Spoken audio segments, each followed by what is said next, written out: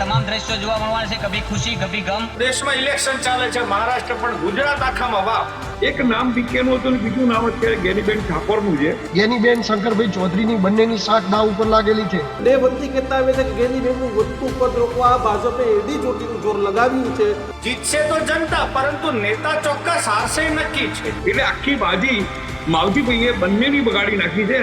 હવે એ બાજી કેટલા ટકા પલટાય છે એના ઉપર આવતીકાલનો રિઝલ્ટ હશે. જો શંકરભાઈ મેદાને ના હોત તો બિલકુલ ભારતીય જનતા પાર્ટીનો રકાસ થયો હોત. દેખાય છે ઘોડે બેસે પ્રજા બિચારી રોડે રોડ થશે પછી આગામી સમયમાં. સ્વરૂપજીને ગુલાબસિંહ એટલી ચર્ચા નથી થઈ, થોડી ઘણી ચર્ચા જગાવી તો માવજીભાઈ જગાવી. કે જો માવજીભાઈ વધુ પડતા ચાલે તો કોંગ્રેસને તકલીફ થાય છે, જો માવજીભાઈ ઓછા ચાલે તો ભારતીય જનતા પાર્ટીને તકલીફ થાય છે.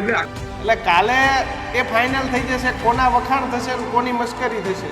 કોંગ્રેસ માટે સંદરૂપવાળી ગાડી તૈયાર થઈ રહી છે અત્યારે. તો વાવની ચૂંટણીના પરિણામો પહેલાનો આ છેલ્લો ગર્જનાદ છે, કારણ કે કાલે તો પરિણામો સાથે ગર્જનાદ કરીશું. પરિણામો પહેલા અનેક ગર્જનાદ કર્યા, પરંતુ દીક્ષિત આ પરિણામો પહેલાનો છેલ્લો ગર્જનાદ છે. કાલે જનતાએ ચુકાદો આપી દીધો, એટલે કાલે આપણી વાત સાંભળવામાં બહુ ઝાઝો કોઈને રસ નહીં હોય, કારણ કે કાલે જનતાએ પોતાનો ચુકાદો. કાલે ચર્ચા એ થવાની છે કે શંકરભાઈનો ખેલ કોને કર્યો, ગેનીબેનનો ખેલ કોને કર્યો, અલ્પેશ ઠાકોરનો ખેલ કોને કર્યો. ત્રણેય ઉમેદવારની કાલ ચર્ચા નથી થવાની, કારણ કે જે ભાવિ સીલ થયા છે ઈવીએમમાં ત્રણેય દિગ્ગજ નેતાઓના ભાવિ સીલ થયા છે. ચર્ચા શું હશે ખબર? જો ગેનીબેન જીતી ગયા તો હશે કે Geni Thakor king or queen of Uttar Gujarat Banaskantha, અને જો ગેનીબેન કાલે હારી ગયા તો કાલે ચર્ચા એ હશે કે ગેનીબેનના વિજય રથને રોક્યો શંકર ચૌધરીને અલ્પેશ ઠાકોરે.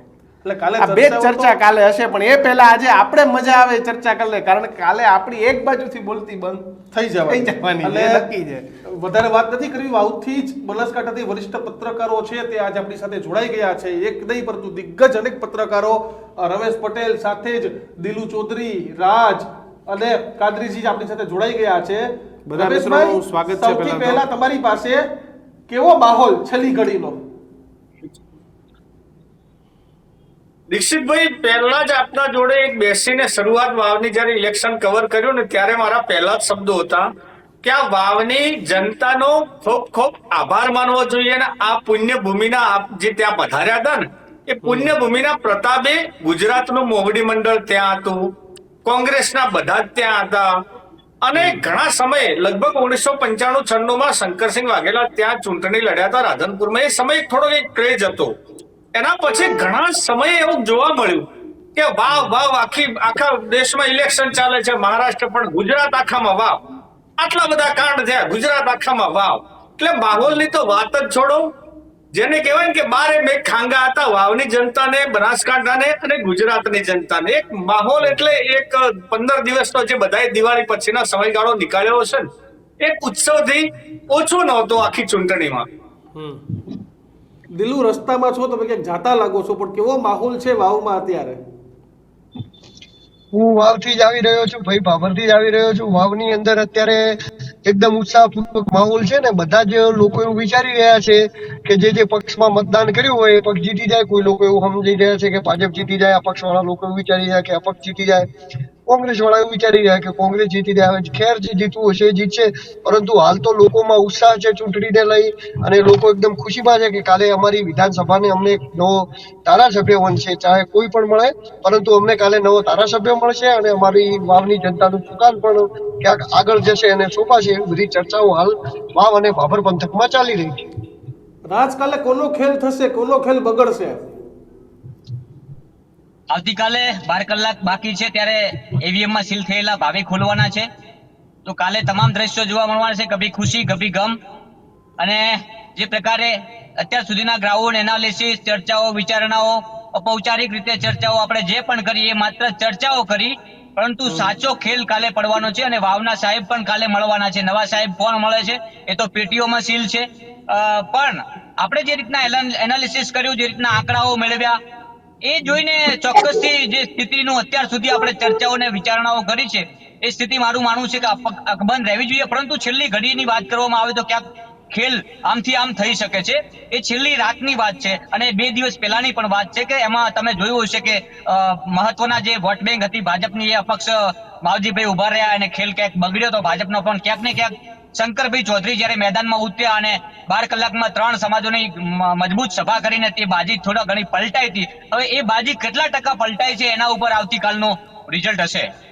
સીતાભાઈ, કાલે કોણ બનશે રાજા અને કોણ બનશે ઠઠ્ઠા મસ્કરી? કારણ કે ઉત્તર ગુજરાત છે ભાઈ, જે નિવેદનો તમે પ્રજાની વચ્ચે કર્યા છે ને, અને જો હારી જશો તો પ્રજા એ જ નિવેદનો પાછી મોઢે મારવાની છે. એટલે કાલે એ ફાઇનલ થઈ જશે કોના વખાણ થશે અને કોની મસ્કરી થશે. 100% આપની વાત સાચી છે અને મારા મિત્રોએ બી જે વાત કરી છે બિલકુલ સારી છે. કારણ કે અમારા માટે તો બનાસકાંઠા પહેલા બી ગેનીબેને સમગ્ર ભારતમાં એક નામ કર્યું હતું કે સંસદની ચૂંટણી જીત્યા હતા કે સોનાની થાળીમાં લોઢાની મેઘ, એવું ભારતીય જનતા પાર્ટીના સભ્યો કહેતા હતા અને એવું બન્યું બી હતું. કારણ કે એક બ્રેક કરી હતી અને એક લોકલ લેડી કહેવાય છે અત્યારે, એ ઠેઠ સમગ્ર દેશમાં એટલી બધી પ્રચલિત થઈ ગઈ હતી. અને જયારે ગોરક્ષાની બાબતે એમને સ્ટેટમેન્ટ આપ્યું ત્યારે શંકરાચાર્યજી જયારે એમનું સન્માન કર્યું, એટલે આ બધી વાતો એમને ગેનીબેને બહુ શોર્ટ ટાઈમના અંદર, કારણ કે હું ગઢવી સાહેબના સમયથી ગેનીબેનને ઓળખું છું. કારણ કે બીકે ફોર બીકે એટલે ગઢવી સાહેબ એક કોંગ્રેસનું ગઢ હતું કે ગઢવી એટલે કોંગ્રેસ અને કોંગ્રેસ એટલે ગઢવી. એ વખતે આ ગેનીબેન બહુ નવા હતા અને ગેનીબેન અહીંયા આવીને શીખતા હતા, પણ એમને જે અનુકરણ કર્યા છે એ મોટા ભાગે ગઢવી સાહેબના, હરીસિંહ ચાવડાના અને જેટલા દિગ્ગજો હતા કોંગ્રેસના એમને અનુસરીને અત્યારે ચાલી રહ્યા છે. એક નામ બીકેનું હતું અને બીજું નામ અત્યારે ગેનીબેન ઠાકોરનું છે. અને એમણે જે લોકલ નાનાથી નાના સમાજને, નાનાથી નાના લોકો સાથે એમને ઘરોબર રાખ્યો છે. કાલે ગેનીબેનના વિજય રથને બ્રેક વાગશે ખરી? હું આપને આગળ એ જ કહું છું કે બેન, આગળ એમાં કેવું હતું કે ભાજપ અને કોંગ્રેસની જયારે બંનેની લડાઈ હતી ત્યારે એવું લાગતું હતું આ વખતે સ્વરૂપજી ઠાકોર 100% જીતશે. અને એક ઠાકોર સમાજ જાતિવાદ પર ઇલેક્શન થતું હોય છે અને એ જીતવાના હતા, પણ જયારે માવજીભાઈએ અંદર એન્ટ્રી કરીને માવજીભાઈએ ફોર્મ ન ખેંચી એટલે આખી બાજી માવજીભાઈએ બંનેની બગાડી નાખી છે. અત્યારે આપણે જોવા જઈએ ને તો હું એક આપણે શોર્ટમાં કહી દઉં કે જો માવજીભાઈ વધુ પડતા ચાલે તો કોંગ્રેસને તકલીફ થાય છે, જો માવજીભાઈ ઓછા ચાલે તો ભારતીય જનતા પાર્ટીને તકલીફ થાય છે. એટલે આખી બાજી માવજીભાઈના હાથમાં આવીને ઉભી રહી છે.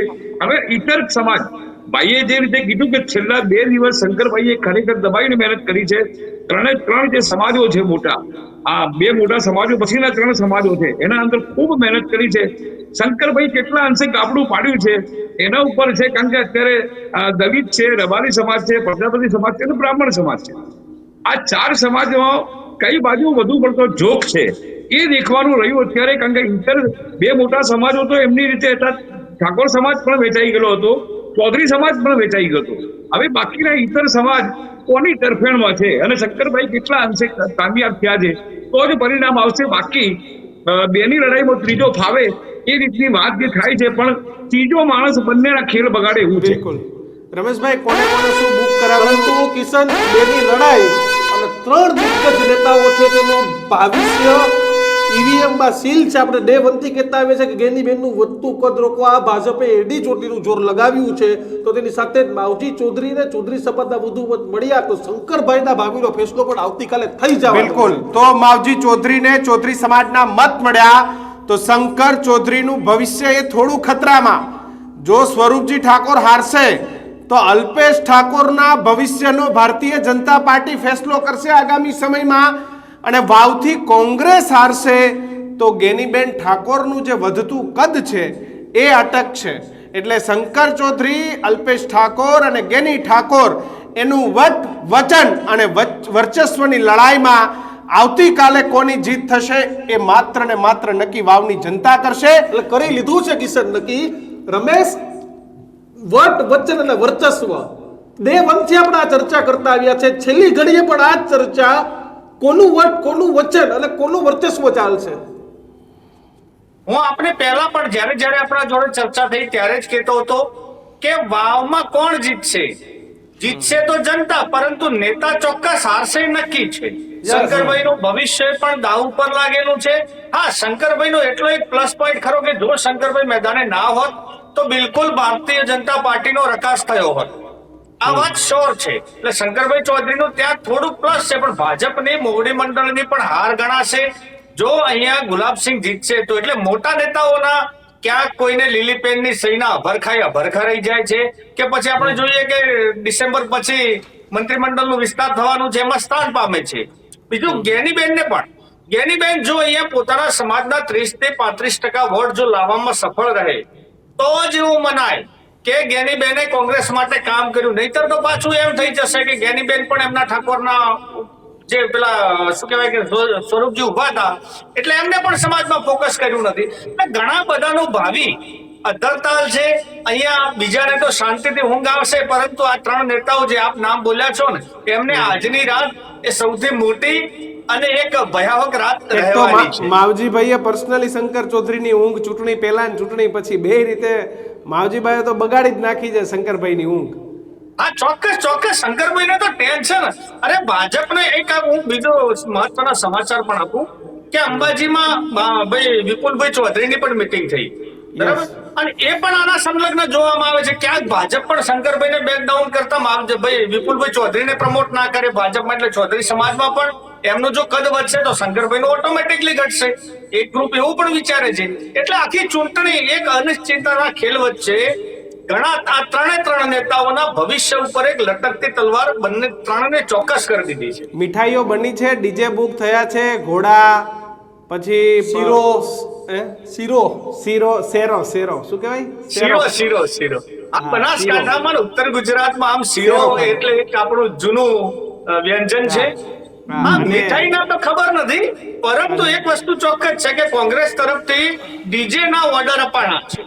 એટલે કાલે કોઈએ એકે તો ઘોડે બેસવાનું છે, બાકી ખબર નહીં કોણ ક્યાં બેસે, પણ ઘોડે એક વ્યક્તિ બેસશે, જે જીતશે એ ઘોડે બેસશે, પણ જે હારશે ને એ આ બધાય પેનાલિસ્ટોને બોલવાના છે.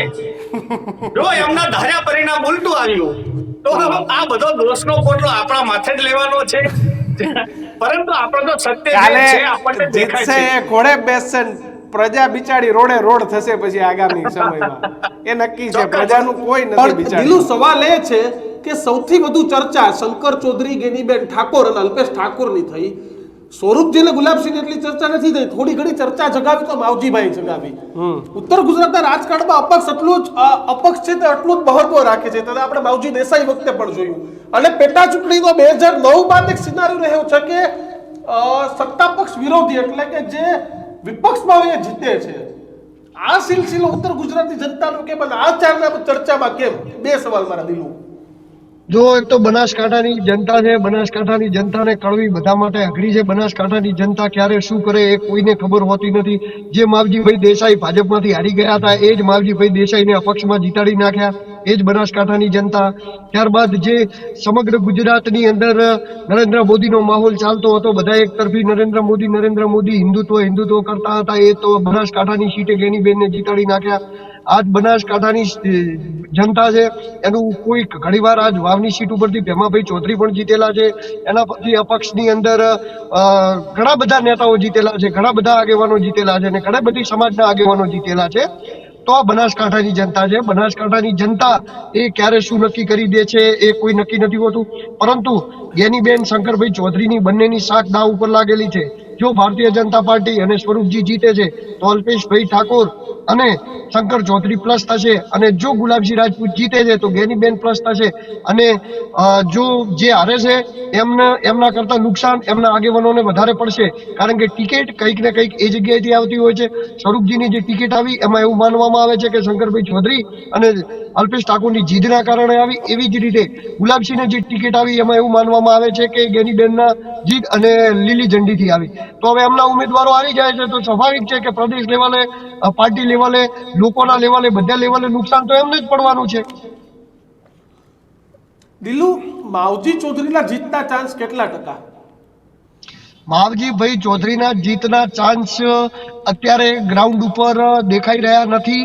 કારણ કે જે રીતે મતદાનની પેટર્ન થઈ 110% અહીંથી માવજીભાઈ ચૌધરી જ જીતતા હતા. ના ભાજપ જીતતું હતું કે ન કોંગ્રેસ જીતતું હતું. પરંતુ જે સૌપુરાવાળી મીટિંગ શંકરભાઈ ચૌધરીએ કરી એનાથી ચૌધરી સમાજ તો ડાયવર્ટ થયો કે ન થયો એ તો કાલે ખબર પડશે, પરંતુ અન્ય સમાજ ડાયવર્ટ થઈ ગયો, અન્ય સમાજના જે મતો હતા એ ડાયવર્ટ થઈ ગયા કે ચૌધરી સમાજ જે સામે લડે છે તો પછી આપણે એમને મત આપીને ખોટા મત બગાડવાના થશે. તો એ જે માહોલ બગાડ્યો માવજીભાઈનો એ બગાડવામાં શંકરભાઈ ચૌધરી અને પરબતભાઈ પટેલે જે સૌપુરામાં ભાજપની મીટિંગ કરી એ મીટિંગથી માહોલ બગાડ્યો અને એ મીટિંગથી માહોલ બગડ્યો. તો એના પહેલો અહીંયા માવજીભાઈનો માહોલ હતો, કારણ કે જો કોઈ ચર્ચા નથી ભાજપ કોંગ્રેસની અને જે લોકો વિચારી રહ્યા હતા એવું વિચારી રહ્યા હતા, ભાજપથી નારાજ હતા, કોંગ્રેસથી નારાજ હતા કે આ વખતે અપક્ષને લાવી દઈએ. જેવું માવજીભાઈ દેહાઈનું સમીકરણ થયું હતું ધાનેરામાં એવું જ સમીકરણ અહીંયા થયું હતું. પરંતુ જો ચૌધરી સમાજના 10,000 મત શંકરભાઈએ તોડ્યા હોય તો પછી જીતવાના ચાન્સ ખૂબ ઓછા છે, કારણ કે 50-60 હજાર મત લઈ જોત. અને જો ચૌધરી સમાજના 10,000 મત ન તૂટ્યા હોત તો ભાજપના 10,000 મત ઓછા તો માવજીભાઈને 10,000 મત વધારે મળોત. એટલે માવજીભાઈ ભાજપથી 10,000 અપાઈ જોત ને ભાજપના 10,000 વોટ તૂટોત એટલે ભાજપને 20,000 નું નુકસાન પડો એટલે ભાજપ ત્રીજા નંબરે જતા રહો. માવજીભાઈ સામે બીજી ઇતર સમાજ જો સારી રીતે વળી હોત તો માવજીભાઈ પહેલા નંબરે પણ આવી જોત, પરંતુ બીજા નંબરે તો 100% આવોત. એટલે જે આ ગણિત બગાડ્યું એ સૌપુરાની મીટિંગથી શંકરભાઈ અને પરબતભાઈએ જે ભાજપની મીટિંગ કરી અને એમાં ચૌધરી સમાજનું નામ આપીને જે મીટિંગ કરી એનાથી અન્ય સમાજની અંદર જે જુવાળ થયો, ઇતર સમાજના જે વોટ ફંટાયા એ થોડા ઘણા અંશે ભાજપ તરફ ગયા, પરંતુ મુખ્યત્વે એ વોટોનો ફાયદો એ ગુલાબસિંહને થયો અને કાલે તમને 11 વાગે ખબર પડી જશે. રાજ, કોનું ડીજે વાગશે, કોનો વરઘોડો નીકળશે, કોનો શેરો વેચાશે અને કોણ છાના માના લપાઈ જશે એ તો કાલે ખબર પડશે. પણ આજે બધાયના હાર્ટબીટ એકદમ 240-260 ધબકતા હશે. કાલે શું થશે, કાલે શું થશે અને કાલે કેટલા વાગ્યા સુધીમાં ચિત્ર ક્લિયર થશે? રાજ, કિશનભાઈ, આમ તો આજની રાતે આપણે એમ કહી શકીએ કે આમ તો જાગરણ કહેવાય, જાગરણનો દિવસ છે અને આમ કાતિલની રાત પણ કહેવાય અને ઊંઘ જ નહીં આવે, ઉજાગરા જ છે આજની રાતના. પણ જેમ દિલુભાઈએ વાત કરીને એ સ્પષ્ટ વાત છે, સાચી વાત છે. એનું મહત્વનું કારણ કહું કે શરૂઆતમાં એવી પરિસ્થિતિ હતી, અહીંયા ગ્રાઉન્ડ ઉપર પણ એવી જ હતી કે લગભગ અપક્ષ અને કોંગ્રેસ વચ્ચે આ જંગ રહેશે. પણ દિલુભાઈએ જે વાત કરી એ માત્ર ચૌધરી સમાજની બેઠકની વાત કરી, પણ એ 12 કલાકની અંદર શંકરભાઈ ચૌધરીએ જે 3 સમાજોની બેઠકો અને એ પણ હેકડે ઠાઠ કહી શકાય, આપણે દેશી ભાષામાં હેકડે ઠાઠ એટલે મોટી સંખ્યામાં લોકો એમાં ઉમટ્યા હતા.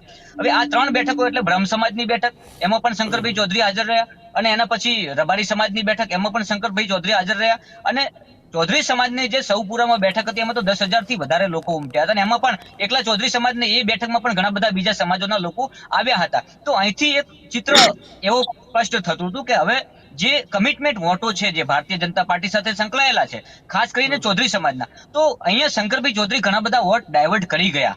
એટલે ચોક્કસથી અહીંયા બીજેપી ફાઇટમાં આવી ગઈ ને ત્રીજા નંબરે જતું રહ્યું અપક્ષ. પણ જે રીતના આંકડા આપે સોશિયલ મીડિયામાં જોયા કે ભાજપે પણ એના આંકડા સોશિયલ મીડિયામાં મૂક્યા છે, કોંગ્રેસે મૂક્યા છે અને માવજીભાઈએ પણ મૂક્યા છે. તો માવજીભાઈના આંકડા જોતા એમ લાગે કે જો માવજીભાઈ 70,000 થી વધારે મત લઈ જાય છે તો ચોક્કસથી એવું સ્પષ્ટ સંદેશ જાય છે કે માવજીભાઈ પોતે, જેમ ધાનેરામાં માવજીભાઈ લડી અને જીત્યા, એમ માવજીભાઈ પટેલ પોતે લડવા માટે જ ઉભા રહ્યા હતા અને એટલે જ આ જીતના આંકડા બતાવ્યા 70,000, એટલે 70,000 જેટલા મત લઈ ગયા. પરંતુ જો અહીંયા 40,000 ની આજુબાજુમાં માવજીભાઈના મત સમેટાઈ જાય છે તો ચોક્કસ સ્પષ્ટ દેખાય છે કે ભાઈ કદાચ ભાજપે પણ ઉભા રાખ્યા હોય અને કોંગ્રેસે પણ ઉભા રાખ્યા હોય, એકબીજા પાર્ટીના વોટ, કમિટમેન્ટ વોટ તોડવા માટેના પ્રયાસો કરાયા હોય. આ મેસેજ પણ સ્પષ્ટ ને આ પણ ચર્ચાઓ ખુલ્લેઆમ ચાલી રહી છે અત્યારે.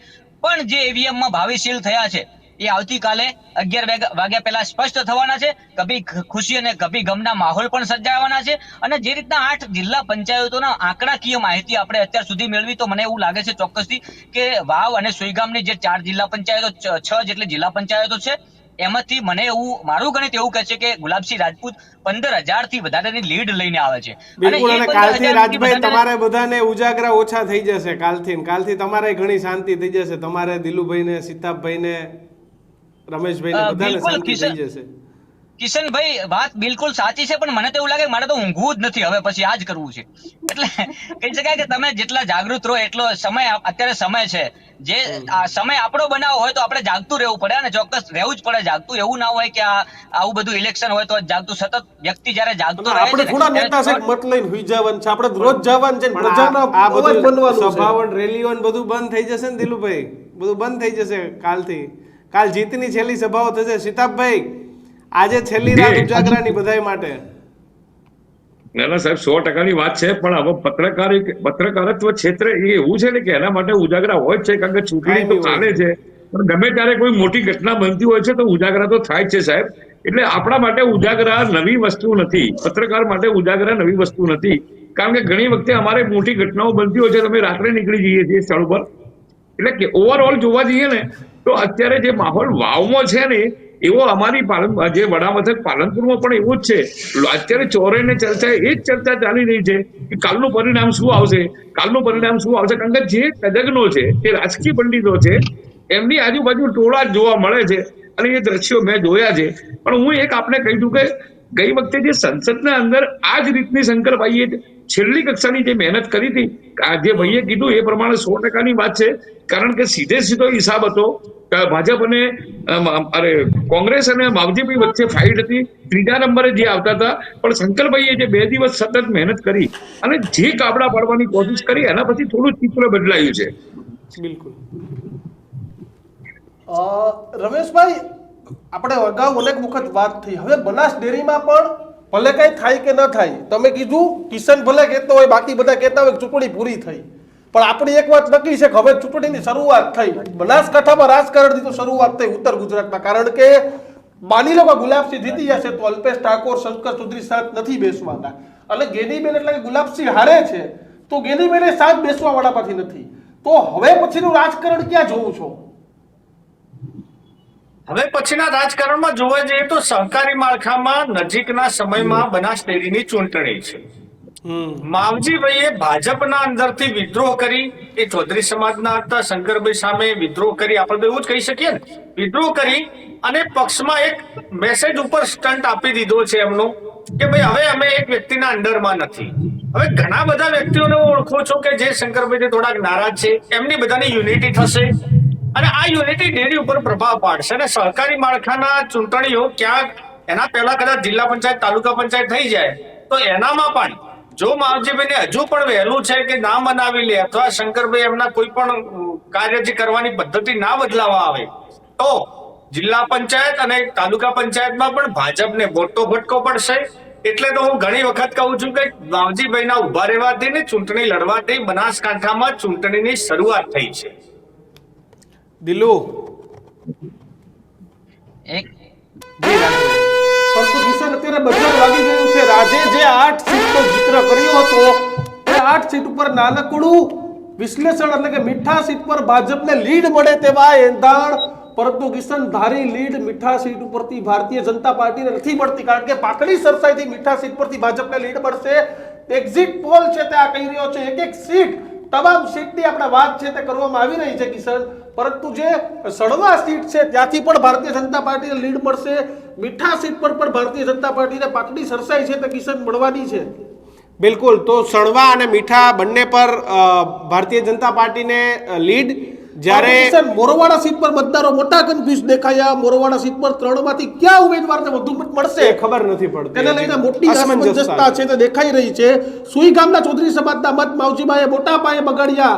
માવજીબાના કારણે સુઈગામમાં ગુલાબસિંહને લીડ મળશે તેવી શક્યતાઓ છે તે દેખાઈ રહી છે કિશન. ઢીમા સીટ પર માવજીબા ક્યાંય ટક્કરમાં નથી. ઢીમા સીટ પર ગુલાબસિંહ અને સ્વરૂપજી વચ્ચે ટક્કર. તળાવ સીટ પર મોટા પાયે ઉલટફેર. તળાવ સીટ પર માવજી ચૌધરીને સૌથી વધુ મત મળશે તેવા એંધાણ. તે તળાવ સીટમાં ભાજપ 3જા નંબરે રહેશે કિશન, આ 2, અને માકડા સીટમાં કોંગ્રેસ 3જા નંબરે રહેશે. વાવમાં કોંગ્રેસ અને ભાજપ પાસે સીધી ટક્કર. રમેશભાઈ, શું કહેશો? 2 એવી સીટ, એકમાં કોંગ્રેસ 3જા નંબરે રહે છે જિલ્લા પંચાયતની, એકમાં ભાજપ 3જા નંબરે રહે છે. એટલે માવજીભાઈનું આટલું અંગત જેવો પગ તો ખરો કે પગ નાખી દીધો એટલે એમ તો માવજીભાઈનો પગ ઉચકાય તેવી શક્યતાઓ, ભલે શંકર ચૌધરીએ મોટાભાઈ સભાઓ કરી, પરંતુ 2-3 જિલ્લા પંચાયત માવજીભાઈ બગાડશે તે નક્કી છે. અરે માવજીભાઈ, જે પહેલી આપણે વાત કરી કે દિલુભાઈએ, જો માવજીભાઈ પોતાની જે ટીમ હતી બહુ મજબૂત હતી, હું એમને નજીકથી એમનું સંકલન એમનું બધું ગોઠવ્યું છે, મેં જોયું છે ત્યાં. જો માવજીભાઈ પોતાની જે રણનીતિથી લડવા મેદાનમાં ઉતર્યા હતા, અને જો એટલો જોશ અને જુસ્સો એમની સભા પછી પણ જો ગ્રાઉન્ડ ઉપર નાખ્યો હોત ને તો ચોક્કસ માવજીભાઈ જીતના દાવેદાર હતા, એમાં કોઈ બેમત નહીં. ખબર નહીં ક્યાંથી હાજી ક્યાંથી મેનેજ થઈ ગયા હતા. હવે એ અત્યારે આપણે ના કહી શકીએ ને, કારણ કે આપણને ખબર નથી.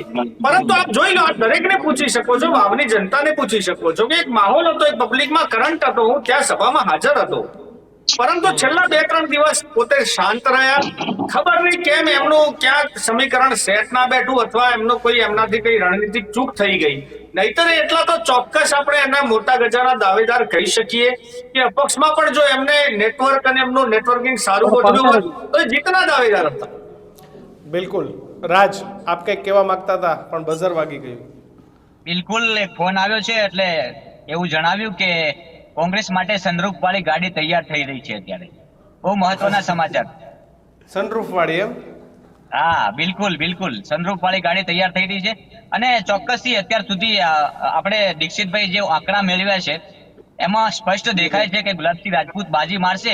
જેમ લોકસભામાં ચર્ચા હતી, અને અહીંયા ગ્રામીણ વિસ્તારની એક ગામઠી ભાષામાં એક કહેવત છે કે જે 32 બોલતી હોય છે એ લગભગ નિશ્ચિત હોય છે. અહીંયા ગુલાબસિંહ માટે વાવ હોય કે ભાભર હોય, મતદારો ભલે ભાજપમાં પરિવર્તિત થતા હોય, કોઈ વિચારધારા અલગ ધરાવતા હોય, કોંગ્રેસની વિચારધારા ધરાવતા હોય કે ભાજપની કે અલગ અલગ વિચારધારા ધરાવતા હોય, પણ 32 જે અત્યારે બોલે છે ગુલાબસિંહની બોલે છે.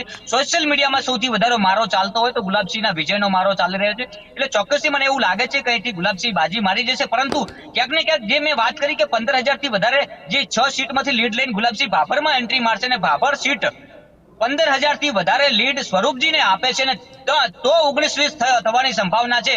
બાકી એક તરફી મને એવું લાગે છે કે ગુલાબસિંહ રાજપૂત અહીંયા ચોક્કસથી બાજી મારશે ને વાવ વિધાનસભાના સાહેબ બનવાના છે.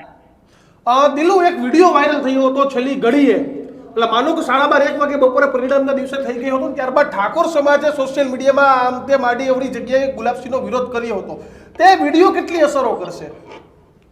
તમને સાચી કહું, મને લાગતી હતી કે વિડીયોની અસર પડી છે, પરંતુ મેં જ્યારે સ્ટેશને જઈને ઠાકોર સમાજના લોકોને પૂછ્યું ને તો ઘણા બધાને તો ખબર જ નથી કે આવો કોઈ વિડીયો વાયરલ થયો છે.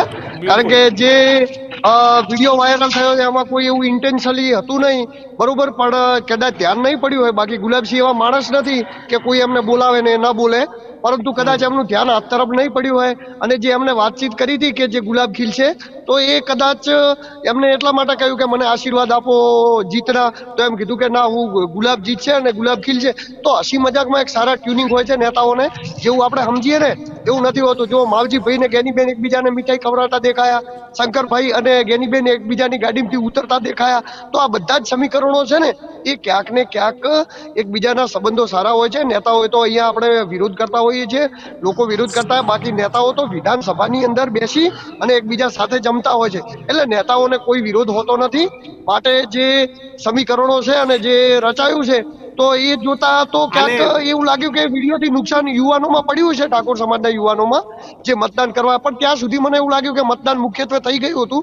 બાકી એ વિડીયો મોટા પ્રમાણમાં ગુલાબજીને નુકસાન કરી શકો. રાજ, અને જે ચૂંટાઈને જાય એના સાહેબ તો શંકરભાઈ રહેવાના જોઈએ, વિધાનસભાના અધ્યક્ષ છે. એટલે જે ધારાસભ્ય ચૂંટાઈને જાય બિલકુલ માન્ય અધ્યક્ષ તરીકે શંકરભાઈને સંબોધન કરવાનું જ છે ત્યાં. 100% શંકરભાઈને સાહેબ કહીને બોલાવવા જ પડશે, કારણ કે માનનીય અધ્યક્ષ શ્રી મહોદય છે અને એ 182 ધારાસભ્યોને કઈ રીતે કંટ્રોલ કરવા, તમામ એમની કમાન જે છે એ શંકરભાઈના હાથમાં છે. તો શંકરભાઈને સાહેબ કે એટલે સાહેબ તો વાવના શંકરભાઈ પહેલેથી જ છે ને, એ તો દેખાય છે ને. અત્યાર સુધી રહ્યા છે ને, મને લાગે છે કે રહેશે. એનું કારણ છે કે તમે જે કીધું કે વિધાનસભાના અધ્યક્ષ છે, તો કોઈ પણ ધારાસભ્ય ચૂંટાઈને અહીંથી જશે તો એમના સાહેબ શંકરભાઈ 100% છે. પરંતુ વાવ વિધાનસભાના સાહેબની વાત કરીએ આપણે, એટલે અને આજે ન્યૂઝરૂમના માધ્યમથી એક હું બીજો પબ્લિકમાં એટલે કે વાવ વિધાનસભાના મતદારોને પણ સંદેશ આપવા માંગુ છું કે ચૂંટણી તો આવશે ને જશે, વિચારધારા સાથે જે પણ લોકો સંકળાયેલા હોય, પરંતુ ભાઈચારાની ભાવનાથી રિઝલ્ટ જે પણ આવે આપણે શિરોમાન્ય હોવું જોઈએ. અને ભાઈચારાની ભાવના કાયમ માટે રહેવી જોઈએ. શરતોમાં ના આવવું જોઈએ, કોઈ પણ જાતની શરત ના લગાડવી જોઈએ. આપણે જોયું કેટલાય વિડીયો આવે છે જમીન આપી દેવાની, નાક કાપવાની, આ બધી બાબતોમાં મારું એવું માનવું છે કે ના પડવું જોઈએ. ચૂંટણી તો રિઝલ્ટ કાલે પતી જવાનું છે, આપણા સાહેબ નક્કી થઈ જવાના છે, પરંતુ આ જે શબ્દો છે ને એ લોકો યાદ રાખે છે, પછી તમને ટેલિફોનિક રીતે કહે છે કે વાણીના ઘા નથી રૂજાતા ભાઈ ક્યારે. બિલકુલ એ જ લોકો એમને ફોન કરીને પરેશાન કરવાના છે કે તમે નાક કાપવાનું કહેતા હતા, તમે જમીન આપવાનું કહેતા હતા. પરંતુ મારું માનવું છે કે ભાઈચારાની ભાવના અડગ રહેવી જોઈએ, કાયમ માટે રહેવી જોઈએ. ચૂંટણી રોજ આવવાની છે, જવાની છે, આ કોઈ ફરક પડવાનો નથી. પરંતુ ભાઈચારાની ભાવના દરેક જ્ઞાતિ વાઇઝ હું કહું છું કે ન્યૂઝ રૂમના માધ્યમથી અપીલ કરું છું તમામ મતદારોને કે આવતીકાલે રિઝલ્ટ જે પણ આવે, પરંતુ ઘરે જ્યારે સાંજે તમે પરત ફરો ત્યારે ભાઈચારાની ભાવનાથી પરત ફરજો. સીતાબભાઈ, સીતાભાઈ, આ જે એનાલિસિસ છે, 3 જિલ્લા પંચાયતની સીટ ઉપર માવજીભાઈ મજબૂત, 1 કે 2 જગ્યાએ તો પહેલા નંબરે રહેશે અને ભાજપ અને કોંગ્રેસ ત્રીજા નંબરે રહેશે. આ પ્રકારની મજબૂતાઈ હોય તો માવજીભાઈ કોનો ખેલ બગાડશે?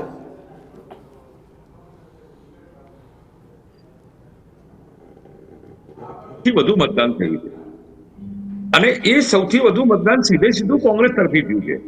ભાઈએ કીધું કે ભાભરના અંદર 100% ભારતીય જનતા પાર્ટી ત્યાં ચાલી છે, પણ જે ઓવરઓલ જે ગણિત અત્યારે જે દેખાઈ રહ્યું છે એ અત્યારે એક સાઈડમાં મૂકી દઈએ અને ઇતર કોમની હું વાત કરું આપને, કારણ કે જે લોકોએ જ્યાં મત આપવા હતા ત્યાં મત આપ્યા છે, પણ ઇતર કોમમાં એમાં ખાસ કરીને પ્રજાપતિ, દલિત અને રબારી સમાજ અને ચૌધરી સમાજ જે છેલ્લા સ્ટેજ પર જે કામ થયું છે અને એમના સૌથી વધુ મત ક્યાં જાય છે. હું સાહેબ તમને એક સિનિયર બી છું, ઘણા બધા ડિબેટમાં બેઠો છું, ઘણી ચૂંટણી છે ને 27-28 વર્ષથી આ ફિલ્ડમાં કામ કરું છું, એટલે જેટલો મારો અનુભવ છે એ અનુભવ પ્રમાણે હું આપને કહું છું કે એવું કશું નથી હોતું. કારણ કે માવજીભાઈ દેસાઈની આપણે વાત કરી તો માવજીભાઈ દેસાઈની બી આ રીતની પરિસ્થિતિ હતી અને એ પરિણામ આખું બદલી કાઢ્યું હતું.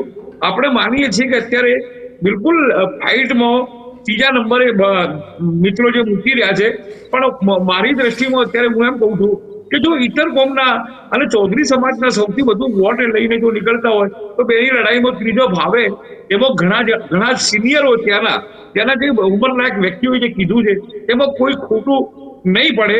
પણ અત્યારે ઓવરઓલ જે પરિસ્થિતિ આપણે દેખવા જઈએ છીએ તો ઇતર કોમમાં ખાસ કરીને દલિત સમાજનો મત કઈ બાજુ છે એ મહત્વની બાબત છે. પરિણામ તો સાહેબ સીધું નક્કી છે. આમ તો જોવા જઈએ તો અત્યારે ઓવરઓલ ગુલાબસિંહ રાજપૂત નું પલ્લું અત્યારે ભારે દેખાય છે. જે રીતે આપણે જ્યાં જે રીતે સંપર્ક કર્યા છે, જ્યાં જોયું છે, મતદાનના આંકડાથી આપણને થોડી ખબર પડી છે જે રીતનું થયું છે એ પ્રમાણે અત્યારે દેખાય છે. પણ શંકરભાઈ એક મોટું માથું છે, સરકારી માળખું છે. સાહેબ એક બીજી વાત કહી દઉં કે આ પરિણામના પછી ઘણા બધા વેતરાઈ જવાના છે, ઘણું મોટું થવાનું છે, એની અત્યારથી તૈયારીઓ ઓલરેડી થઈ ગઈ છે. એટલે આ વખતે બધું જ દાવ ઉપર લાગી ગયું છે. એટલે કોંગ્રેસે બી કોઈ એડી ચોટીનું જોર બાકી. શક્તિસિંહ ગોહિલ એક એવા વ્યક્તિ હતા કે દ્રોણાચાર્યની માફક એમણે વાવ પકડી લીધું હતું. કોંગ્રેસના અંદર ઘણા ડખા હતા, એનું સોલ્યુશન કર્યું છે. બ્રાહ્મણ સમાજની વાત કરી તો આરડી જોશીથી હું સીધા સંપર્કમાં હતો. આરડી જોશીએ સંસદના અંદર કેનીબેનને ખભે ખભા જેવી રીતે ગુલાબસિંહ અને ઠાકરસિંહ સાથે હતા એવી રીતે આરડી પણ સાથે રહી અને બેનની સાથે રહ્યા હતા. એ જ પ્રમાણે આરડીની ભૂમિકા પણ આ વખતે મહત્વની છે. જ્યારે આરડીથી સંપર્કમાં હતો તો અત્યારે જે બ્રાહ્મણોને આપણે કહીએ છીએ કે બ્રાહ્મણ ત્યાં, હું નથી માનતો કે એટલા બધા બ્રાહ્મણ વોટ જાય. હા, શંકરભાઈની પ્રભાવથી જતા હશે, પણ એટલા બધા વોટ ત્યાં બ્રાહ્મણના નહીં જાય. એટલે અત્યારે ઓવરઓલ આપણે જોવા જઈએ છીએ તો પરિણામ ગુલાબસિંહ તરફ જ એક સારું દેખાય છે. જે રીતનું ધીસ ઇઝ માય ઓપિનિયન, મારા મંતવ્ય પ્રમાણે હું આપને કહું છું.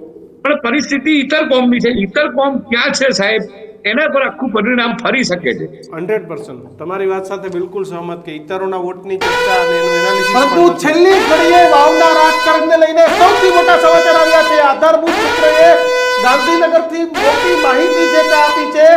ઉત્તર ગુજરાત ભાજપના દિગ્ગજ નેતાઓએ સરકારને એક રિપોર્ટ છે તે સોંપ્યો છે અને નેતાઓએ એ રિપોર્ટ સોંપ્યો છે કે સ્વરૂપજીની 5 થી 7 હજારની મતે વિજય થઈ જશે. બિલકુલ. તો છેલ્લી ઘડીએ ખૂબ મોટા સમાચાર. આધારભૂત સૂત્રોએ ગાંધીનગરથી એ માહિતી આપી છે, ગાંધીનગર સુધી એ માહિતીને પહોંચાડી છે કે બિલકુલ ચિંતા ના કરતા. ઉત્તર ગુજરાતના જે ભારતીય જનતા પાર્ટીના દિગ્ગજ નેતાઓ છે તેમને ગાંધીનગર એ આશ્વાસન આપ્યું છે, ત્યાંના જે પાવરમાં બેઠેલા લોકો છે તેને આશ્વસ્ત કર્યા છે અને કહ્યું છે કે સ્વરૂપજી ઠાકોર 5 થી 7 હજાર મતે જીતી જાય એવો રિપોર્ટ છે. કોઈ ચિંતા ન કરતા. અને જે વાવની જે ચર્ચા થઈ એની નોંધ. કિશન આપણી સાથે ગાંધીનગરથી પ્રદીપ કચ્છિયા જોડાઈ ગયા છે. પ્રદીપ, કેવા પ્રકારનો રિપોર્ટ, શું માહોલ?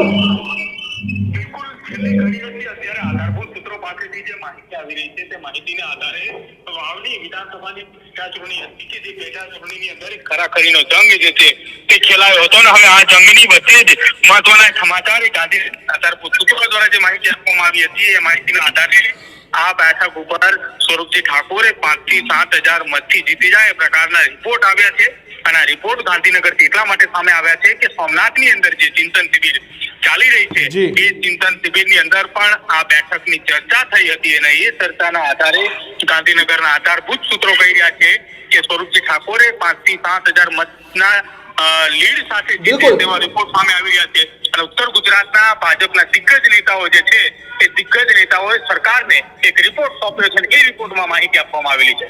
બિલકુલ. તો રમેશ, પહેલી ઘડીથી જ આ જ પ્રકારની શક્યતાઓ હતી. ભાજપના નેતાઓ આશ્વસ્ત હતા સ્વરૂપજીની જીતને લઈને. દિગ્ગજ કોક નાના કહો, એક રિપોર્ટ સરકારને સોંપવામાં આવ્યો છે, હાઈકમાન્ડે પણ પહોંચશે છેલ્લી ઘડીએ, કારણ કે સોમનાથમાં પણ એક ચિંતન શિબિર છે.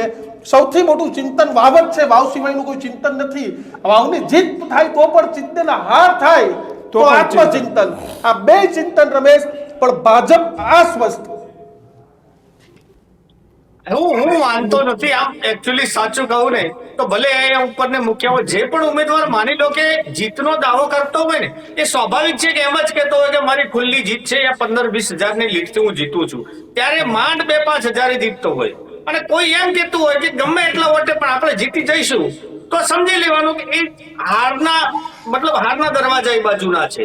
એટલે હું માનતો નથી. હા, ઘણી વખત જેમને એમના રિપોર્ટો આપ્યા હોય એમને આપણા કરતા દિવાળીએ વધારે જોઈ છે ને ફટાકડા પણ વધારે ફોડ્યા છે અને અંદર શું ઓપરેશન કર્યા છે સ્વાભાવિક છે. એ જ જાણતા હોય કે આપણને આ બધી માહિતી ના હોય અને જો ઓપરેશન એકાદું પાર પડી જાય તો સ્વાભાવિક છે કે જીતે પણ જાય. ભાજપ જોડે શું નથી? રણનીતિ છે, સંત્રી મંત્રી તંત્રી, પૈસા પાવર બધું જ છે.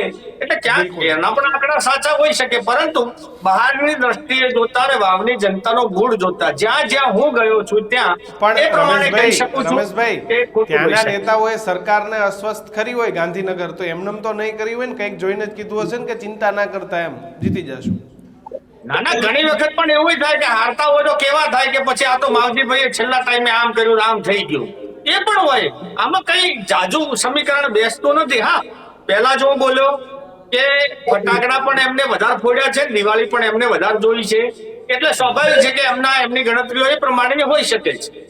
સીતાભાઈ, આવો દાવો તો ગેનીબેન વખતે પણ થયું તો રેખા ચૌધરી 50,000 જીતી જશે. અરે સાહેબ, 2.5 લાખની વાત ભારતીય જનતા પાર્ટી કરતી હતી. એ વખતે બી ગાંધીનગરના સૂત્રોએ આ રીતે જ જણાવ્યું હતું કે રેખાબેન જીતે છે. પણ કહેવાનો મતલબ કે સૂત્રો તો સૂત્રોનું કામ કરે છે. અમારા બી સૂત્રો હોય છે, આપણા બી સૂત્રો હોય છે, બેઠા બધા ભાઈઓના બી સૂત્રો હોય છે. એટલે એ નથી હોતું પબ્લિક કે ક્યાં છે. ગ્રાઉન્ડ રિપોર્ટિંગમાં તમને શું લાગ્યું છે એ જ મહત્વની બાબત છે. અત્યારે ગાંધીનગરના સૂત્રોથી જણાયું છે તો હું એમ કહું છું કે મેં વાવની પ્રજાના સૂત્રોથી હું કહું છું કે આ જીત છે. તો એ અત્યારે કારણ કે રેખાબેન વખતે આ જ પરિસ્થિતિ નિર્માણ થઈ હતી અને પરિણામ કંઈક અલગ આવ્યું હતું. દિલુ, રેખાબેન વખતે પણ મોટો દાવો થયો હતો. સીતાભાઈ કહ્યું તેમ કે 2-2.5 લાખની લીડનો દાવો થયો હતો, 30-35 હજાર અટકી ગયા. પણ ડે 1 થી અમારા પણ ભાજપના કોઈ નેતા સાથે વાત થઈ તો જબરજસ્ત આસ્વાદ. એટલે એક મુદ્દો કે અમારો ઠાકોર વાત ચાલ્યો છે, ગેનીબેન સાથે ઠાકોરો નહીં રહે. અરે યાર, જો નેતાઓનું તો કેવું હોય છે, હવે ચિંતન શિબિરો ને મતદાન જે દિવસે જે થવાનું હતું થઈ ગયું, પછી પાછળથી વોકડા કાઢે, અહીંયાથી આમ આવ્યા છે, અહીંયાથી આ આવ્યા છે, તે આવ્યા છે. એટલે કે રેખાબેન વખતે પણ એવું જ થયું હતું કે 1 લાખની લીડથી અમે જીતીએ. પહેલી તો 5 લાખની વાતો કરતા હતા, પણ પછી 1 લાખની લીડે આવી ગયા અને પછી છેલ્લે 25,000 હારી ગયા. એટલે આ બધું રહ્યું ને એ થતું હોય. બાકી ઈવીએમ ની અંદર જેનું જેટલું ભવિષ્ય જે સીલ થવાનું હતું એ સીલ થઈ ગયું. અને આટલી બધી ચિંતન બેઠકો ધારો કે કરવી પડે છે, તો એના કરતી પબ્લિકની ચિંતા કરો ને. પબ્લિકની ચિંતા કરશો, લોકોની તો ચિંતન શિબિરો નહીં કરવી પડે. ચિંતન શિબિરો નહીં કરવી પડે, આરામથી જીતી જશો. લોકો તમને જીતાડી જશે. ચૂંટણી આવે, ચૂંટણીમાં અમે ના હારીએ, અમે આ ના કરીએ, ઈગો ઉપર વાત આવી જાય. ચિંતન શિબિર કરો, આગેવાનોને ટોર્ચર કરવામાં આવે, લોકોને ટોર્ચર કરવામાં આવે, નોકરિયાતને ટોર્ચર કરવામાં આવે અને અમને મત આપો, અમને મત આપો.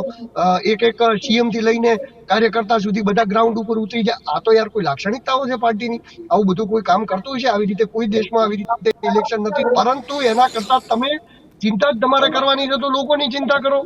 લોકો રાજ, રેખાબેનમાં શંકરભાઈની હાર થઈ એવું આખા બનાસમાં ફરતું થયું.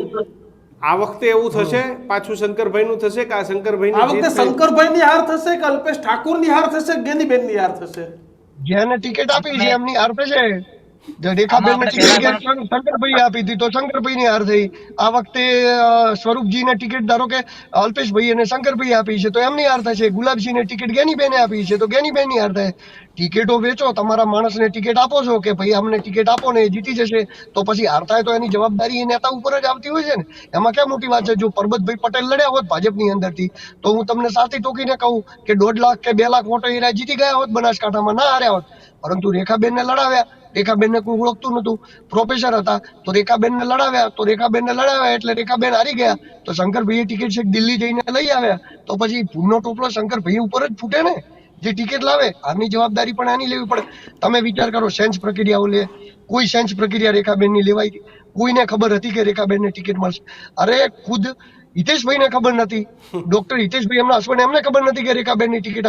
એમના જોડેથી પોર્ટફોલિયો એમ કહીને માંગવામાં આવ્યો હતો કે બધાના પોર્ટફોલિયો માંગ્યા છે પરિવારના, એટલે તમારી પત્નીનો પણ પોર્ટફોલિયો આપો, તમારા માતા પિતાનો પણ પોર્ટફોલિયો આલો, એમ કહીને તો એમના જોડેથી પોર્ટફોલિયો લેવા. અમે ટિકિટ જાહેર થઈ એના 1 કે 2 દિવસ પહેલા તો એમને મેસેજ મળ્યા છે કે ટિકિટ તમારા ઘરે આવેલી છે. બાકી તો ટિકિટની દાવેદારી ડોક્ટર હિતેશભાઈએ કરી હતી. રેખાબેને ટિકિટ નથી માંગી તો ડોક્ટર હિતેશભાઈએ ટિકિટની દાવેદારી કરી, તો હિતેશભાઈને કેમ ટિકિટ ના આપી? રેખાબેનને કેમ આપી? કોઈ મહિલા ઉમેદવારને લડાવવા બનાસકાંઠાની અંદર એ તો જરૂરી નતા. ગેનીબેન લડવા આવવાના એ પણ કઈ ફાઇનલ હતું નહીં. ગેનીબેન તો એવું કહેતા હતા કે પરબતભાઈ પટેલને ટિકિટ મળશે તો હું નહીં લડું, શંકરભાઈ ચૌધરી લડવા આવશે તો જ હું લડીશ. તો પછી આ બધી વાતચીતો ક્યાંક ને ક્યાંક જે ટિકિટ આવે છે, જે ટિકિટ અપાવે છે એમના ઉપર જ જતી હોય છે. આ વખતે પણ અલ્પેશભાઈ ઠાકોરે અને શંકરભાઈએ જોર માર્યું છે સ્વરૂપજીને લઈને, અને પહેલાથી ફિક્સ હતું કે સ્વરૂપજીને ટિકિટ આપવાની છે. તો હવે ટિકિટ એમને અપાવી તો હારશે તો એમના ઉપર ભૂમનો ટોપલો પડશે. આ બાજુ ગેનીબેન જીત પકડીને બેઠા હતા કે ગુલાબસિંહ ટિકિટ ના આપવા દઉં કોઈને, તો ગેનીબેને જીત પકડી હતી તો પછી ગુલાબસિંહ હારશે તો ગેનીબેન ઉપર ભૂમનો ટોપલો પડશે. એમાં તો કોઈ નવાઈની વાત જ નથી. રાજ, જી શું કેશો, કોની જીત કોની હાર? આમ જેમ દીક્ષિતભાઈ પહેલા આપણે ચર્ચાઓ થઈ એ જ મુજબ આ જે વાવની પેટા ચૂંટણી છે એ પ્રતિષ્ઠાનો જંગ છે. પ્રતિષ્ઠાનો જંગ એટલા માટે કે અહીંયા જેમ દિલુભાઈએ વાત કરી તો એ હવે ભૂતકાળ થઈ ગયો છે. લોકસભાની સીટમાં ટિકિટ કોને આપી, શું થયું શું ના થયું, કોને દાવ ઉપર. પણ આ જે ચૂંટણી છે પેટા ચૂંટણી એ ચોક્કસથી પ્રતિષ્ઠાનો જંગ છે. પ્રતિષ્ઠાનો જંગ એટલા માટે કે અહીંયા હવે વર્ચસ્વ વાળી વાત છે, વર્ચસ્વની લડાઈ છે. પ્રતિષ્ઠા સાથે વર્ચસ્વ એટલે ગેનીબેનનું વર્ચસ્વ જેમ લોકસભા 2022-17 પછી જેમ આ વિસ્તારમાં ગેનીબેનનું વર્ચસ્વ રહ્યું છે અને ગેનીબેનની પ્રતિષ્ઠા પણ રહી છે. તો હવે ગેનીબેન પણ એમપી બન્યા બાદ એમને પણ એમની પ્રતિષ્ઠા નહીં પડી હોય ને, એમના વર્ચસ્વ નહીં પડી હોય ને, એટલે એમને ગ્રાઉન્ડ ઉપર ગેનીબેન ઠાકોરે પણ એટલી જ મહેનત કરી છે. અને એટલે જ શંકરભાઈ ચૌધરી ગ્રાઉન્ડ ઉપર આવ્યા હતા ને. ગ્રાઉન્ડ ઉપર ક્યારે આવવું પડે? ગ્રાઉન્ડ ઉપર એટલા માટે આવ્યા હતા કે આ વર્ચસ્વની લડાઈ છે અને પ્રતિષ્ઠાનો જંગ છે. તો એમપી તરીકે ગેનીબેન પોતાની પ્રતિષ્ઠા કેટલી સાચવે છે તો કાલે પેટીઓ ખુલી જશે એટલે આપોઆપ આ રિઝલ્ટ મળી જશે. હવે શંકરભાઈ ચૌધરી ગ્રાઉન્ડ ઉપર અંતમાં જે 2 દિવસ આવ્યા છે તો 2 દિવસમાં તમે જોયું છે કે બાજી પલટાણી છે. જ્યારે ભાજપનું જેમ પહેલા આપણે ચિતાભાઈએ કહ્યું અને રમેશભાઈએ કહ્યું એ જ રીતની વાત કરું તો ત્રીજા ક્રમે હતું જ પહેલેથી જ, અને માત્ર ને માત્ર ફાઇટ અપક્ષ અને કોંગ્રેસની હતી. એ તો એ ઉમેદવારો પણ કહેતા હતા, ગુલાબસિંહે પણ એમના મોઢે કહ્યું છે કે આમાં ભાજપ ક્યાંય લડાઈમાં નથી. પણ લડાઈમાં આવ્યું ક્યારે? જ્યારે શંકરભાઈ ગ્રાઉન્ડ ઉપર ઉતર્યા ત્યારે. તો મારું એવું માનવું છે કે લોકસભામાં પણ શંકરભાઈ ગ્રાઉન્ડ ઉપર આવી રીતે રહ્યા હોત તો પરિણામ એમાં પણ બદલી શકતા હતા. એમનામાં ક્ષમતા છે પોતાના તરફ મત પરિવર્તિત કરવાની, તો ક્ષમતાનો ઉપયોગ થયો છે અહીંયા. પણ હવે મતદારો કેટલા રીઝા છે અને પેટીઓ કઈ રીતે ભરાણી છે અને કાલ ખુલે એટલે ખબર. બિલકુલ. એટલે કાલે કોને જીતનો શ્રેય મળે છે અને કોને હારની અવગણના જનતા આપે છે એ કાલે નક્કી થશે. હારનું ઠીકરું કોના પર ફૂટે છે? હા, એટલે એ આ બધા બેઠા એના ઉપર ફૂટવાનું છે. એવું કેમ રમેશ? આપણી ઉપર આપણી તો જવાબદારી નથી, આ બધાને મત લેવાના છે. એટલે પણ આપણે પેલા હોટ ફેવરિટમાં છીએ કે આ લોકોએ અમારું આમ કર્યું ને તેમ કર્યું ને એવું બધું હશે, પણ એનાથી આપણે કોઈ બીતા, કારણ કે આપણે કોઈનું ખરાબ કર્યું નથી. સીતાભાઈ, જી છેલ્લી પ્રતિક્રિયા આપની. કાલની પરિણામો પહેલા છેલ્લી પ્રતિક્રિયા, પછી કાલે સીધી લઈશું.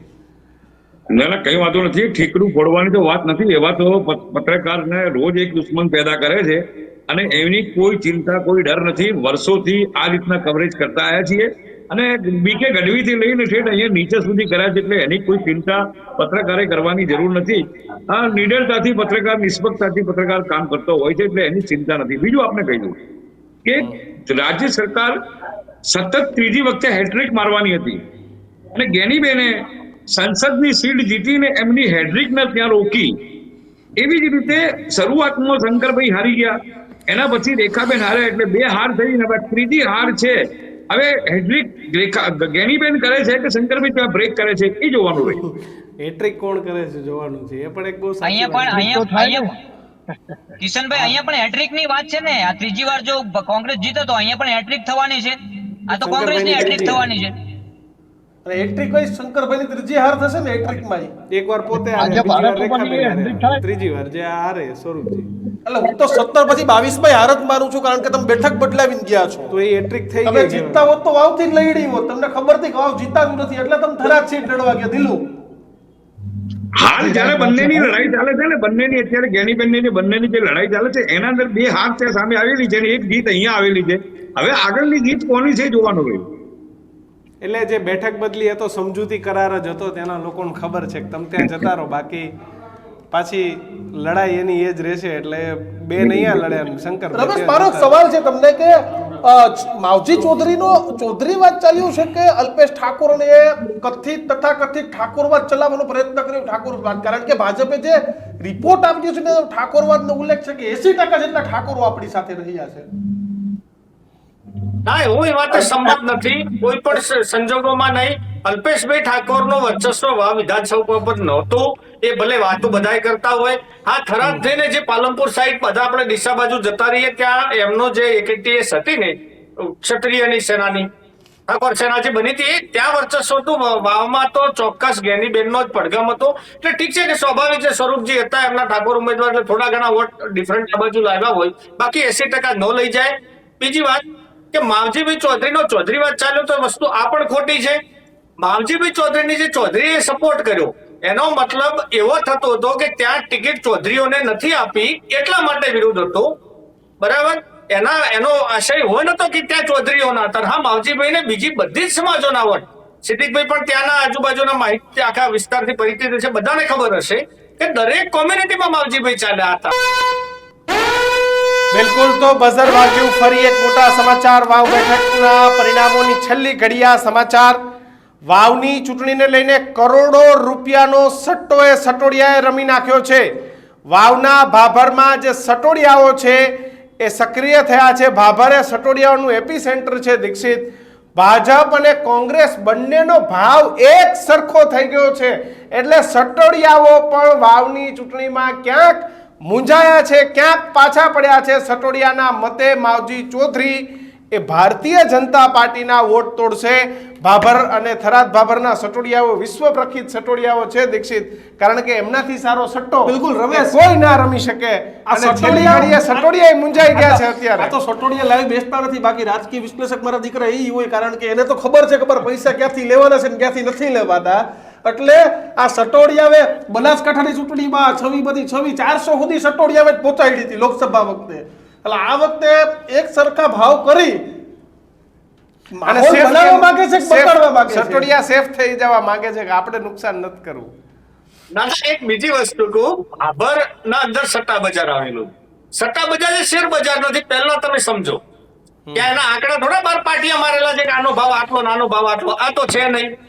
બીજી વસ્તુ, સટ્ટા રમવાવાળી એક આપણે કોમ્યુનિટી નામ ના લેતા હોઈએ, પરંતુ એક ફિક્સ કોમ્યુનિટીના સૌથી વધારે ત્યાં સટ્ટા રમવાવાળા, જે રમાડવાવાળા માણસો છે, હવે એ પોતે ભાજપના છે. એટલે ક્યાંક ભાજપનું જે નુકસાન થયું હોય આ ચૂંટણીમાં, જે ઇકોનોમિકલી એને કવર કરવા માટે આટલા દિવસે એમના ભાવ ઉલટા ચાલ્યા. અને હવે ખબર પડી કે ભાઈ આપણે સરવાળે નુકસાન કવર થઈ ગયું, એટલે સરખા ભાવ કરીને છોડી દો. અમે શું જાય છે એમનું. સટ્ટા તો મોટા ખેલાડી છે. દિલુ, આ પણ સટ્ટા બજારમાં પણ કોણ નાનું ખેલાડી? સટ્ટા બજારમાં અરે, દીક્ષિતભાઈ જી સાચી રાજ વાત આવું છે. છું. સાચી વાત છે. હવે સટ્ટા બજારની અંદર જે મતલબ સટ્ટો લગાડતા હોય એમાં તો છેલ્લે એક જ વાત થઈ. એક દિવસે રાજભાઈએ કીધું તું, હું જે કહું કે સટ્ટા બજારમાં સટ્ટાના માણસો કમાતા હોય, ભાવ ઊંચા નીચાઈ કરતા હોય છે, કારણ કે એ પ્રમાણે ભાવ લગાવતા હોય છે. ભાજપના ભાવ ઊંચા રાખે તો જ બધા લોકો ભાજપમાં પૈસા લગાવે કે ભાજપના ભાવ સટ્ટા બજારમાં ઊંચા છે, ભાજપ જીતી જશે, ભાજપ જીતી જશે, ભાજપ જીતી જશે. મને મારા ગામમાં પણ 2-4 લોકો પૂછતા હતા, મેં કહું કોંગ્રેસ જીતી જશે, જો તમે પૈસા હારી જાઓ સટ્ટા બજારમાં તો આવીને માર જોડેથી લઈ જવાના, કે ના અમારે ભાજપમાં લગાડવા છે. તો લોકો ભાઈ લગાડો. તો એટલે આ બધું શું છે કે જે રીતે ભાવ ઊંચો રાખવામાં આવે તો એ પ્રમાણે ભાજપમાં પૈસા વધારે લાગે અને પૈસા કદાચ જીતે તો એનું રિફંડ ઓછું આપવું પડે. એટલે જે પૈસા લગાડે તો પછી આ પાછળથી ભાવ બદલી નાખે. એટલી વાર તો પૈસા જેના જે લગાડેલા હતા એ લાગી ગયા હોય. એટલે એકંદરે લોકોના પૈસા ડૂબતા હોય છે. એટલે સટ્ટા બજારના ભાવ ઉપર ક્યારેય હાર જીતનો વિશ્વાસ કરવો નહીં. સટ્ટા બજાર વાળા તો ભાવ ઊંચા નીચા કરતા હોય છે અને એ કોઈ ઓથેન્ટિક નથી. એ ખાલી એમના કમાવા માટે કરતા હોય એટલે એનું ઓથેન્ટિક ક્યારે ઓથેન્ટિક ના કહેવાય. અને બીજું તો કેવું છે દીક્ષિતભાઈ, જો કોઈને ખબર નહીં પડતી. કિશનભાઈ, હું તમને વાત કરું, હરિયાણાની અંદર મોટી મોટી ન્યૂઝ ચેનલો બધી એવું કહેતી હતી કે કોંગ્રેસની સરકાર બને છે, ના બની. પછી લોકસભાની અંદર બધા એક્ઝિટ પોલ એવું કહેતા 400 પાર 400 પાર 400 પાર 240 ના ગયું. તો એક્ઝિટ પોલ કોઈ એક્ઝિટ પોલ નહીં હોતા કે પાકું માપ નથી હોતા, પરંતુ એક અનુમાનના આધારે લોકો વાતચીત કરતા હોય છે ને અનુમાન ક્યારેક સાચા પડતા હોય, ક્યારેક ખોટા પડતા હોય. એટલે કોઈના અનુમાન કે કોઈ સટ્ટા બજારના કે કોઈના વિશ્વાસમાં આવી અને આવી ખોટી જગ્યાએ બિલકુલ કોઈ પૈસાનો વેડપ કરવો નહીં, કારણ કે એમાં સરવાળે નુકસાન તમને જ પડી શકે છે. રાજ, તમે કઈ કહેતા હતા? રાજ જી, એટલે એ કહેતો હતો કે સટ્ટા બજારમાં તો લોકસભામાં પણ રેખાબેનના જીતના ભાવ હતા, પણ છેલ્લે જુઓ પરિણામ બદલાઈ ગયું. અને એવી સ્થિતિ અહીંયા શરૂઆતમાં તમે જોયું છે 40 પૈસા હતા. એટલે એ જે ઓછો ભાવ હોય ને 40 પૈસા એટલે ભાજપની જીતના ભાવ હતા. હવે ગુલાબસિંહ રાજપૂતના 2.5 રૂપિયા હતા. 2.5 રૂપિયા એટલે સમજો કે ન જીતી શકે એવા ભાવ. અને માવજીભાઈના 15 રૂપિયા એટલે એ ક્યારેય ન જીતી શકે આવી સ્થિતિ. તો આપણે એમના જે મતના આંકડા જોયા, ત્રણે એમને સોશિયલ મીડિયામાં અપલોડ કર્યા છે એમની રીતે, અપક્ષ છે અને કોંગ્રેસ અને ભાજપે. તો ચોક્કસથી અહીંયા તો કોઈ સટ્ટા બજારને લાગતું વળગતું છે જ ને, જ્યાં સુધી હું માનું ત્યાં સુધી. અને હવે જયારે આ આપણી બધાની મીડિયા ટીમની જયારે તમામ ચેનલોની ડિબેટો જોઈ અને ગઈકાલના જ 50% ભાવ થઈ ગયો, એટલે મતલબ સટ્ટા બજારમાં એ લોકોને કોઈ ખબર જ નથી હોતી, અંદાજે ભાવ કરતા હોય છે. ચલો આ ભાજપ 100% જીતી જવાનું, આખી ટીમ ઉતરી ગઈ છે એટલે આ જીતવાનું જ છે, બીજી કોઈ શંકાને સ્થાન નથી. અહીંયા ઠાકોર સમાજનો ચહેરો ઉતાર્યો છે અને ઠાકોર સમાજની પ્રભુત્વ વાળી સીટ છે, તો 100% આ વખતે. પણ સામે ઉમેદવાર છે તો સામે એ પક્ષમાં પણ ઠાકોર સમાજની દીકરી છે, એ એવી દીકરી છે કે જેમને ડંકા વગાડી દીધા છે. એટલે આ ચોક્કસથી માનવું રહ્યું કે અહીંયા કોંગ્રેસ બાજી મારી શકે છે. તો જે 40 પૈસામાં જે લોકોએ ભાવ લગાડ્યા છે એમના તો પૈસા ગયા ને. અહીંયા 2.5 રૂપિયામાં ગુલાબસિંહના લગાડ્યા હશે કે ચલો 2.5 રૂપિયા એટલે એ 2.5 રૂપિયા લગાડશે ને તો જો ગુલાબસિંહ જીતી ગયા તો એ વ્યક્તિ કમાય છે. અહીંયા ઉલટું હોય છે સટ્ટા બજારમાં, આપણે મગજ જ કામ ના કરે એવી રીતના ભાવ હોય છે કે આ ઓછા ભાવમાં લગાડવા એટલે શું, કેટલા લગાડવા ને કેટલા મળે. પણ 2.5 રૂપિયા લગાડ્યા હશે ને એ દિવસે એ વ્યક્તિ 100% કમાવાનો છે સટ્ટા બજારમાં. પણ 40 પૈસા જીતના ભાવ જે છે એ કદાચ સ્વરૂપજી હારી જાય તો એ વ્યક્તિ પૈસા ડુબાડવાનો છે. બંગલો હોય તો બંગલો વેચવાનો વારો આવે, એવી સ્થિતિ સટ્ટા બજારમાં થાય. એટલે આનાથી દૂર રહેવા મજા છે, પણ તોય લોકો જાય છે. હા, બિલકુલ આપણી અપીલ છે કે આવા સટ્ટા બજારમાં આવા જુગારમાં ન પડવું. અને કાલે જીતી ગયા પછી આપણા બધાની જવાબદારી એ છે કે જીતેલો બરોબર કામ કરે છે કે નહીં એ ધ્યાન રાખવાનું છે આપણે. કારણ કે એને પછી સીધો તો રાખવો પડશે ને કે ભાઈ કામ કરજે, ખાલી જીતીને શું કરવાનું એમ. એ પણ મહત્વનું છે. રમેશભાઈ, દિલુભાઈ, રાજભાઈ, સીતાભાઈ, આપ ચારેય મિત્રો જોડાયા બદલ આપ ચારેયનો ખૂબ ખૂબ આભાર. કાલે મળીશું. તો સટોડિયા કંઈક અલગ કહી રહ્યા છે, સરકારના નેતાઓ કંઈક અલગ કરી રહ્યા છે, કોંગ્રેસનો મિજાજ એ કંઈક અલગ છે. પણ આ તમામ પ્રશ્નોના જવાબ એ બે જ વ્યક્તિ આપી શકે, એક ઈવીએમ ને એક ભગવાન. બાકી કોઈ પાસે એના જવાબ છે નહીં. અને કાલે સવારે મળશે 7 વાગ્યાથી આપણે સતત મળીશું તમે ચૂંટણીના સચોટ પરિણામ, કારણ કે અમારી 7 ટીમો છે તે વાવની ચૂંટણી કવર કરવાની છે. તો એક સેકન્ડનો અપડેટ આપણી પાસે રહેશે. તો હજુ પણ તમે અમારી ચેનલ સબસ્ક્રાઇબ નથી કરી તો અત્યારે જ કરી દેજો, કારણ કે કાલે પરિણામ અહીંયા સૌથી પહેલા જોવા મળવાના છે. નમસ્કાર. નમસ્કાર.